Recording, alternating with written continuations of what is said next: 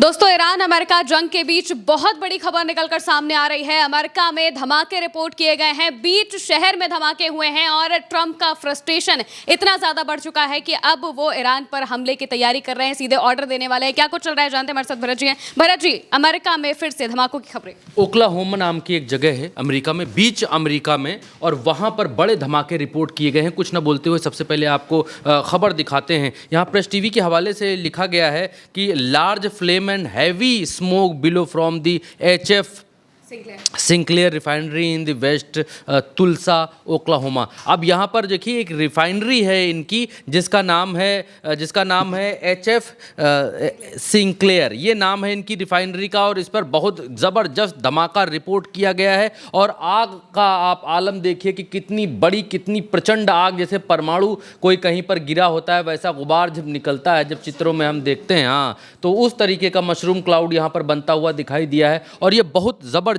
धमाका, और अभी तक इस धमाके के बारे में खबरें नहीं निकल करके आई हैं, क्यों हुआ, कैसे हुआ, किसका हाथ इसके पीछे है। लेकिन इतने ज़बरदस्त धमाके के बीच यहाँ का आसमान काला होता दिखाई दिया, जैसे किसी युद्धग्रस्त इलाके का आसमान हो, उस तरीके की चीज़ें रिपोर्ट की गई। देखिए आप, ये कार के डैशबोर्ड से यहाँ पर रिपोर्ट किया जा रहा है, ऐसा लग ही नहीं रहा ये अमेरिका है, ऐसा लग रहा है ये ईरान का या इजराइल का कोई इलाका है। आप देखिए किस तरीके की चीज़ें इनकी, ये जो रिफाइनरी है, रिफाइनरी के भीतर बहुत बड़ा धमाका यहाँ पर रिपोर्ट किया गया है। और क्यों इसके भीतर धमाका हुआ है उसकी जो पुष्टि है वो अभी तक ना अमेरिका की तरफ से हो पाई है ना किसी की तरफ से। ये जो जगह है आपकी HF सिंक्लेयर, ये जो रिफाइनरी है, ये रिफाइनरी आप देखेंगे तो ये अमेरिका है। आप देखिए ये अमेरिका है, पूरा का पूरा अमेरिका, और ये अमेरिका के बीच अमेरिका में ये रिफाइनरी आपको दिखाई देगी। यहाँ पर आरकनसास नदी बहती है, उसी नदी के ठीक किनारे पर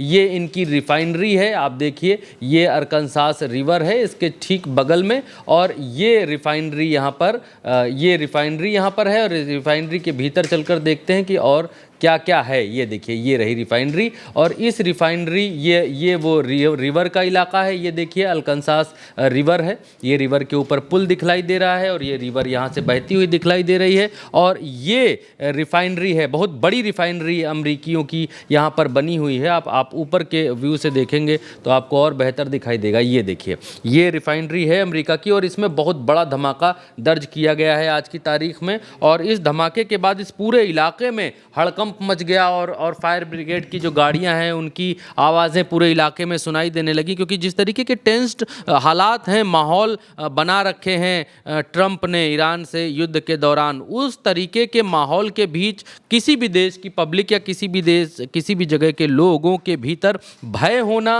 भय होना मामूली सी बात है कि लोग इससे हाँ लाजमी है कि वो भयभीत हों। आप देखिए कितनी बड़ी रिफाइनरी है, और ये नदी के ठीक किनारे है, और इसमें आग लगने की, धमाका होने की खबर रिपोर्ट की गई है। आगे क्या खबर है इसमें वो अभी तक जानकारी पुष्ट निकल करके नहीं आई है कि क्यों ये धमाका हुआ है। जब तक हम ये वीडियो कर रहे हैं, आपके सामने दिखला रहे हैं, तब तक क्यों ये हुआ है, कैसे हुआ है, इसकी जानकारी नहीं है। लेकिन दूसरी तरफ ट्रंप बुरी तरीके से फ्रस्ट्रेट हैं, और द क्रेडल ने इस बात को रिपोर्ट किया। आप दिखलाइए, क्रेडल के हवाले से कहा गया, Trump seriously considering renewing war on Iran, यानी ईरान के ऊपर दोबारा से हमला करने के लिए ट्रंप कंसीडर कर रहे हैं, ट्रंप सोच रहे हैं, योजना बना रहे हैं। ये रिपोर्ट में कहा गया है द क्रेडल के हवाले से। और ये इसलिए है क्योंकि आज की तारीख के भीतर अमेरिका की सारी बातचीत, मैं आपको बतलाता हूँ, थोड़ा सा समझ लूँगा। अमेरिका अभी जो 14 सूत्री अपनी मांगे अमेरिका ने ईरान को सौंपी, ईरान ने उसके ऊपर सारी चीज़ें करी और अमेरिका को वाया पाकिस्तान लौटा दी कि भैया ये रहा, हम इस पर एग्री हो पाएंगे। उसमें यूरेनियम सौंपने की बात नहीं थी कि हम अमेरिका को यूरेनियम सौंपेंगे, उसकी कोई बात उसमें नहीं थी। अमेरिका को जब ये प्रस्ताव मिला तो कल हमने आपको वीडियो में बताया था कि ट्रंप ने कहा कि ये टोटली अनएक्सेप्टेबल है, ये स्वीकार्य ही नहीं है, किसी भी उसमें स्वीकार्य नहीं है। और ट्रंप ने ये प्रस्ताव क्यों भेजा था उसके पीछे की बात बताता हूँ। अभी सेंटकॉम ने 6-7 दिन पहले, वो भी रिपोर्ट हम लोगों ने आपको दिखाई थी, कोई भी रिपोर्ट छूटती नहीं उल्टा चश्मा यूसी पे। सेंटकॉम ने एक योजना बना के कुछ जगहें दी कि हम इन जगहों पर ईरान में हमला करने के लिए तैयार हैं बॉस, हम रेडी हैं, बस आप आप ओके कहो, हम हमला करने के लिए तैयार हो जाएंगे। ट्रंप ने जब इस बात पर चर्चा की, क्योंकि पहले बिना चर्चा के ही ट्रंप ने ईरान पर हमला बोल दिया था, तो बड़ा क्रिटिसिज्म हुआ था। इस बार ट्रंप ने अपने यहाँ इस बारे में यूएन के भीतर यूएन के लोगों से चर्चा की। उसमें दो धड़े निकल करके आए। एक धड़े ने कहा कि नहीं, बातचीत करके हल निकाला जा सकता है। दूसरे धड़े ने कहा कि मार के ख़त्म करो। ट्रंप ने इस बार कहा कि चलिए बातचीत की बात करते हैं, तो बातचीत हम करते हैं। इसीलिए ट्रंप ने कहा कि एक दौर की और बातचीत करेंगे। ट्रंप ने एक दौर की और बातचीत करी, वो बातचीत फेल हो गई, फिर से फेल हो गई। यूरेनियम पर कोई बात नहीं बन पाई। ईरान ने कहा कि हम यूरेनियम के ऊपर बात ही नहीं करेंगे, नो इट्स नॉट पॉसिबल। बाकी सारी चीज़ों पर बात करिए, निगोशिएशंस करिए, उस पर हो सकते हैं। अब उसके बाद ट्रंप ने ये फाइनल जो आज जो द क्रेडल ने छापा है, और ये द क्रेडल ने बिल्कुल सही छापा है कि ट्रंप अब सीरियसली कंसीडर, और ये ट्रंप के अपने बयानों से, अपने ट्विटर से और अपने द ट्रूथ सोशल से, हर चीज़ से बात झलकती है कि he is a frustrating now this days. और वो ये यहाँ पर कह रहे हैं कि सीरियसली कंसीडर कर रहे हैं ईरान के ऊपर दोबारा हमला शुरू करने के लिए। ये बात यहाँ पर निकल करके द क्रेडल के हवाले से आ रही है कि दोबारा से हमला ट्रंप करने की योजना बना रहे हैं। द क्लैश रिपोर्ट में इसकी और डिटेल वर्जन छापी गई। द क्लैश रिपोर्ट ने किसके हवाले से छापा, चलिए बताते हैं। CNN के हवाले से छापा। और CNN ने, देखिए यहाँ पर सोर्सेज, CNN ने कहा, सोर्सेज ने, अब CNN के क्या सोर्सेज होंगे वो बताने की मुझे आवश्यकता नहीं है, CNN क्या है वो भी मुझे बताने की आवश्यकता नहीं है। CNN ने ये छापा कि Trump more seriously considering resuming combat operation then he has in week. यानी हिंदी तर्जुमा कि ट्रंप जो है सीरियसली जो है वो हमला करना चाहते हैं, दोबारा से कॉम्बैट ऑपरेशंस को शुरू करना चाहते हैं इन सप्ताह के भीतर। ये कहने का मतलब इनका, जितना मुझे लग रहा है, ये है। अच्छा, ये क्या कहना चाहते हैं, ऊपर हिंदी तर्जुमा जो है इसको बतला देते हैं। यहाँ पर ये लिखते हैं, हिंदी सीधे बताते हैं, अंग्रेजी में वक्त लगेगा। यहाँ पर सीधे लिखते हैं, ईरान द्वारा युद्ध समाप्ति के लिए चल रही वार्ताओं से ट्रंप की निराशा बढ़ती जा रही है, और कुछ सहयोगियों का कहना है कि अब वो बड़े सैन्य अभियानों को फिर से शुरू करने के लिए बहुत ज़्यादा इच्छुक हैं। ये यहाँ पर क्लैश रिपोर्ट के हवाले से खबर छापी जा रही है। आगे ये लिखते हैं कि ट्रंप होर्मुज जलडमरू मध्य के लगातार बंद रहने और ईरान के नेतृत्व में व्यापक मतभेदों को लेकर विशेष रूप से नाराज हैं, जो परमाणु वार्ताओं में प्रगति को बाधित कर रहे हैं। यानी न्यूक्लियर पर बात ही नहीं हो पा रही है, जिस पर अमेरिका बात करना चाहता है, और ईरान उस पर बात नहीं कर रहा है। आगे ये कहते हैं कि प्रशासन के भीतर अधिकारी अगले कदमों को लेकर विभाजित हैं। पेंटागन के कुछ अधिकारी हमलों सहित अधिक सैन्य दबाव के पक्षधर हैं, जबकि जो कुछ अधिकारी हैं वो कूटनीति का रास्ता अपनाना चाहते हैं। यानी कुछ लोग कह रहे हैं इनके यूएन के भीतर, प्रशासन के भीतर, कि मारो हमला, ख़त्म करो ईरान को। कुछ लोग कह रहे हैं नहीं, डिप्लोमेसी से ही प्रेशर बनाओ, उसी से ही रास्ता निकलेगा। आगे ये कहते हैं कि Trump allies also want Pakistani mediator to take tougher approach. यानी कि ट्रंप के सहयोगी पाकिस्तान मध्यस्थों से ईरान के साथ कड़ा रुख अपनाने की मांग कर रहे हैं, और कुछ अमेरिकी अधिकारियों का मानना है कि पाकिस्तान ने वॉशिंगटन के साथ संवाद में तेहरान के रुख को नरम किया है। यानी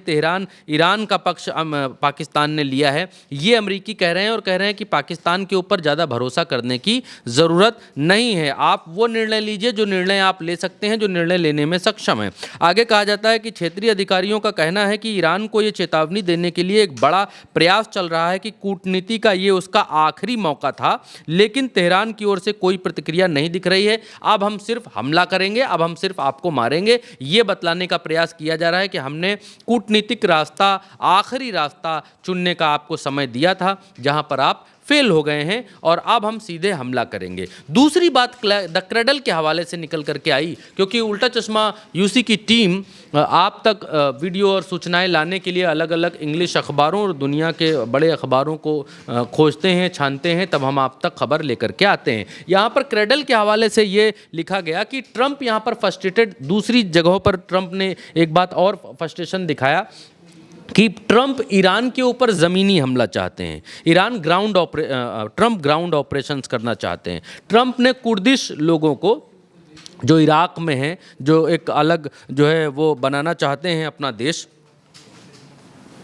कुर्दिशों को सेट किया और कहा कि कुर्दिश ग्राउंड ऑपरेशंस में, क्योंकि ये वहीं के निवासी हैं, उसी रीजन के, उसी क्षेत्र के निवासी हैं, तो ये बेहतर हमारा मार्ग प्रशस्त कर पाएंगे। जब हम हमला करने ग्राउंड ऑपरेशंस पर चलेंगे तो ये बढ़िया बता पाएंगे कहाँ किस पहाड़ी के बगल से जाना है, कहाँ क्या है। तो इन्होंने कुर्दिशों को पैसे दिए और कुर्दिशों को पैसे देकर सेट किया कि ईरान के में ज़मीनी ऑपरेशन करना है, आगे आगे तुम हमला करोगे, पीछे पीछे हमारी सेना रहेगी, हमारे जहाज़ रहेंगे, हमारा एयर सपोर्ट, हमारे ड्रोन सब कुछ रहेंगे, आगे आगे तुम चलोगे। अब ये हुआ कि कुर्दिशों ने ट्रंप की बात मानने से इनकार कर दी। देखिए स्क्रीन पर देखिए, ट्रंप ने कहा, दिखाइए, Trump says Kurdish group only fight when they get paid. यानी ट्रंप ने कहा कि कुर्दिशों का जो ग्रुप है वो तभी लड़ता है जब उसको हम पैसे देते हैं। या आगे कहा कि rebukes them for refusing to join US led campaigning against Iran. यानी पैसे देने के बावजूद वो जो है ईरान के खिलाफ युद्ध लड़ने के लिए नहीं उतरे। US president Donald Trump openly rebuked Kurdish faction from the White House on Monday, accusing to the group of stealing weapons and following the। अब इससे पहले ट्रंप ने ये भी ट्रंप ने ये भी कहा था कि इससे पहले कि हमने कुर्दिशों को हथियार दिए थे ईरान के भीतर विद्रोह करने के लिए, विद्रोह कर रहे लोगों तक पहुंचाने के लिए हथियार दिए थे, वो भी इन लोगों ने नहीं पहुंचाए। बड़े एहसान फरामोश लोग हैं ये, इनको हम पैसा भी दे रहे हैं, चलो लड़ते हैं मिलकर के आगे आगे, तुम चलो, तब भी ये नहीं जा रहे हैं। अब कुर्दिशों के ऊपर जो ये इनके बल पर फूल रहा था अमेरिका कि हम ग्राउंड ऑपरेशन करेंगे, कुर्दिशों को आगे ले आएंगे और तब देखते हैं क्या कर लोगे, वो मामला भी यहाँ पर फेल होता हुआ दिखाई दे रहा है। और डेट्स वाई ट्रंप जो है बहुत ज़्यादा फ्रस्ट्रेशन की मुद्रा में है। और किसी भी राष्ट्रीय अध्यक्ष को ये होगा, क्योंकि जब आपके पास असीम ताकत है, पावर है, और उस पावर का इस्तेमाल जब आप ना कर पाएं, तब आपके भीतर फ्रस्ट्रेशन होती है कि मारो, ख़त्म करो। या फिर दो लोग रोकते हैं कि अरे तुम इतना मारोगे तो लोग क्या कहेंगे, अरे छोड़ो ये रास्ता ठीक नहीं है, देखो तुम गलत हो, तुम वहाँ मारने गए हो, तुम क्यों मारोगे। इस तरीके के जब बीच में ताकतवर आदमी की बात कर रहा हूँ, ताकतवर आदमी, अहंकारी आदमी जब इस कशमकश में फंसता है तो वो ट्रंप जैसा हाल हो जाता है, ये मैं समझ सकता हूँ। द क्रेडल के हवाले से यहाँ लिखा गया कि वॉल स्ट्रीट जर्नल ने रिपोर्ट किया है कि यूएई ने ईरान के भीतर, अभी जब सीज फायर हो गया था तो यूएई ने ईरान के भीतर जो लवाना आइलैंड है वहाँ ईरान की रिफाइनरीज के ऊपर अटैक किया। यूएई ने पर्सनली अटैक किया, ये अमेरिका ने अटैक नहीं किया, ये यूएई ने अटैक किया। और द वॉल स्ट्रीट जर्नल ने रिपोर्ट किया कि that the United Arab Emirates यानी UAE actively participated in US Israel strikes on Iran without publicly acknowledging its role. यानी अपना रोल सामने आए बिना इन लोगों ने, यानी यूएई ने ईरान के ऊपर हमला किया, प्राइवेटली हमला किया और इस बात को छुपा कर रखा। According to the report, one of the UAE strikes targeted in refinery on Iran Lavan island in early April. इसी अप्रैल के भीतर टारगेटिंग मेजर फायर। अभी कुछ दिन पहले खबरें आई थी और ये कहाँ पर है वो भी मैं आपको दिखला देता हूँ। ये देखिए यहाँ पर द वॉल स्ट्रीट जर्नल अखबार है शायद जिसका नाम अभी लिया, और उसने लिखा है the UAE has been secretly carrying out attacks on Iran. यानी यूएई ने